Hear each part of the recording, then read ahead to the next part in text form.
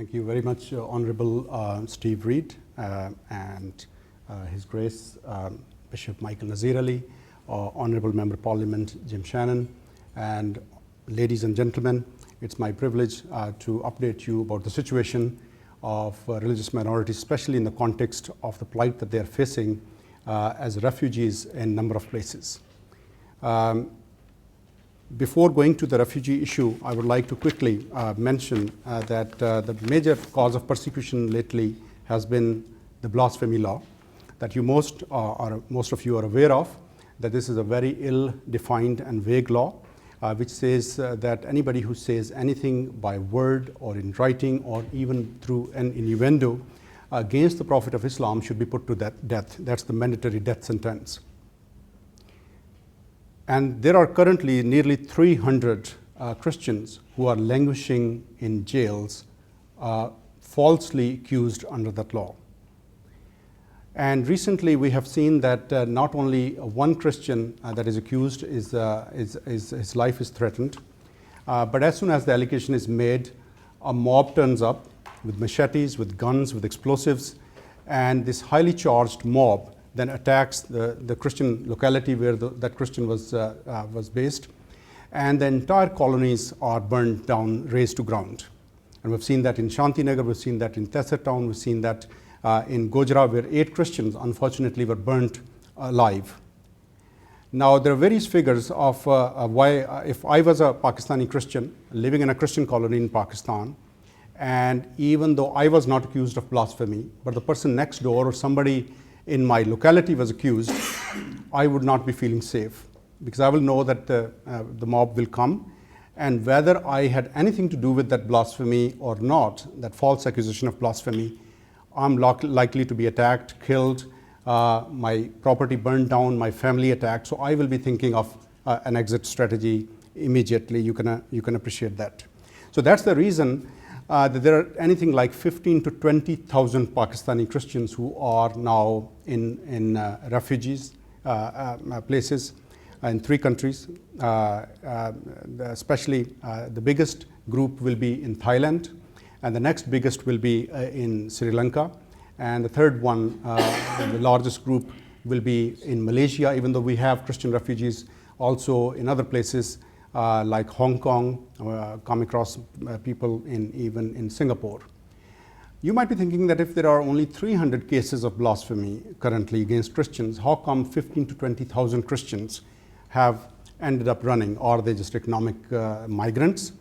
Are they just bogus asylum seekers? And I would like to argue tonight, this afternoon, that that's not the case. As I explained, that even one person, when that is accused, a colony of 25,000 inhabitants in Gujarat was razed to ground, burned down, churches brought down, and Christians killed. So you can imagine that how come, despite only 300 people who are accused of blasphemy, we have 15 to 20,000 refugees. And not just in these countries, also in this country of Great Britain, we have Christian refugees, in the United States, in Canada, in Australia. And unfortunately, when a Pakistani Christian comes and applies for asylum in this country of Great Britain, he is approached by the immigration department not with an assumption or presumption that he's a genuine asylum seeker, but he's approached with an assumption, starting with an assumption that he is probably most likely an economic migrant. And we have seen that people who were genuine asylum seekers turned down, sent back, and there are reports that some of them, when they were sent back to Pakistan, they even got killed. And so that is something else we want to make sure that our government, and we really appreciate British government, by the way, because the British government and this country has given to us all, especially I will talk about myself, everything that my country of my birth could not give me. Just one example, in Pakistan, as Brother John Bosco mentioned in our aims and objectives, that a lot of discriminatory laws, like you can be a prime minister or a president or an army chief if you are a Muslim, and if you're non-Muslim, you can't do that. To put that into perspective, doing that on religious basis, just imagine that if In the United States, they say that the black African Americans cannot become the president of the United States, or Chinese Canadians cannot become Prime Minister of Canada, or saying in this country that a Muslim will never be allowed to become Prime Minister of this country unless they become Christian. There will be an uproar, there will be an outrage.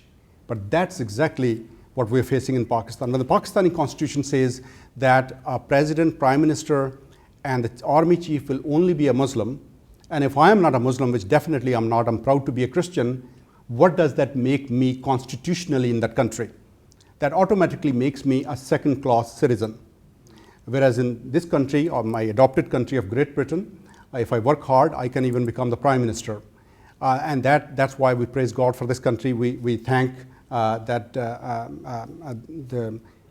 openness and the freedom that we enjoy in this country. And that's where we started this organization called PMRO a few years back. A group of us met. We decided that those of us who are living in the comfort of the Western world, because we are not living in Pakistan, we can't do much things on the ground. But there is a role that we can play. And that's where on the 4th of July, by the way, we know it's the Independence Day of the United States. We deliberately didn't choose this. But on the 4th of July, 2009, PMRO was set up in Coventry in Midlands. And since then, our team has grown. We have an executive council of about 12 people now. And praise God, we were able to achieve quite a few things. We were able to raise a lot of voice on these issues. Brother John Bosco mentioned hate literature in our textbooks. We found out that the money to publish those textbooks in Punjab province, which is the 65% of the Pakistan's population lives in Punjab, the money for publishing those books was given by the Canadian government through CIDA, Canadian International Development Agency. So we decided that we need to raise that issue with the Canadian government, and we were able to meet with a number of member parliaments there, and resultantly they set up a committee, they investigated the issue, they have come to realize that yes, Canadian taxpayers' money should not be used to promote bigotry and hatred against the religious minorities in Pakistan. So to our knowledge, I can confirm that a very strong letter by the Canadian government has been written to Pakistan government asking them to address this issue. We were invited as an organization last year by the Australian government, and I had the privilege of being interviewed by 4 of the parliamentary committees. The chairman of the Parliamentary Committee for Defence, Parliamentary Committee for Trade, for Foreign Affairs, and Human Rights, Subcommittee on Human Rights. They asked me that what is it that I want the Australian government to do that will be useful. And so we were able to provide them with a tangible 6-point plan in which they promised us that they will be addressing some of those issues. Britain is a very vital player in this whole equation, because Britain gives more than 600 million pounds sterlings to Pakistan in aid. Just educational. That's just the educational aid. And then also we are doing a lot of trade with Pakistan. By the way, we love Pakistan. All of us who are from Pakistani origin, we are not against Pakistan. I want to make this very clear. That is our country. We love it to bits. Our struggle is not against the state of Pakistan. Our struggle is against the government of Pakistan, against their injustices. And so we are not saying that punish Pakistan by stopping all the aid or trade agreements with Pakistan. But what we want us to do is that British taxpayers' money either be used through aid or doing trade with Pakistan. These trade agreements with Pakistan and all the aid that is given, we will request the British Parliament, the British government, to link that with the situation of human rights.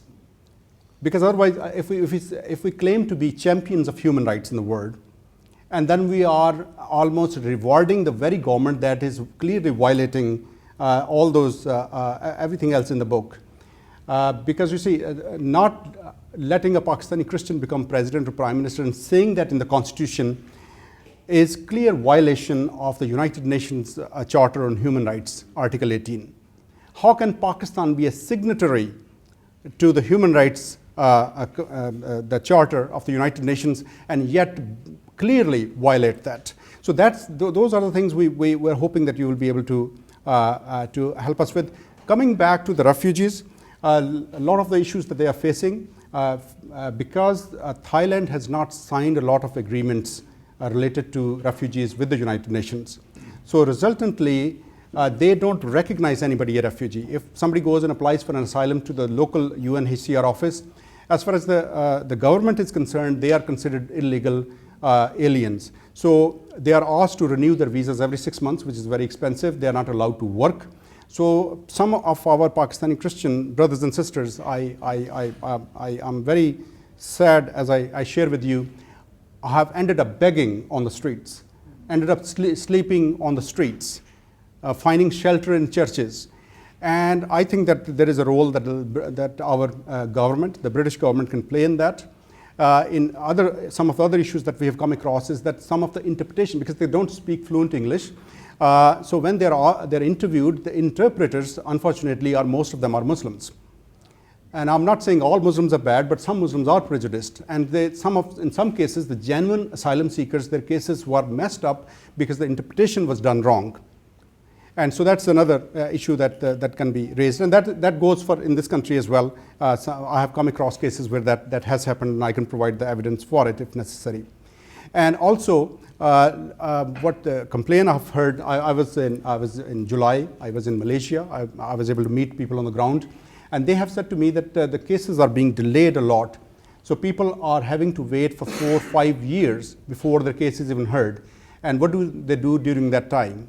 How they can build their lives, because they see themselves as in a transitory situation before they will be accepted by the UNHCR and then relocated to a third location. And so they can't build up their lives, they can't do anything, and so really in a very miserable, abysmal situation. And that's why we feel that those of us who are in this country have a responsibility to raise these issues and be the voice of those voiceless Pakistani Christians who are suffering in Pakistan due to the discriminatory laws and the belligerence of various extremist groups, and the injustices done constitutionally and legally by the government of Pakistan as well, but also make sure that we raise the plight of those brothers and sisters who are refugees, either on those 3 major countries or including in United Kingdom. And I hope that as a result of our meeting today, that the voice of Pakistani Christians will be raised in a much more forceful way,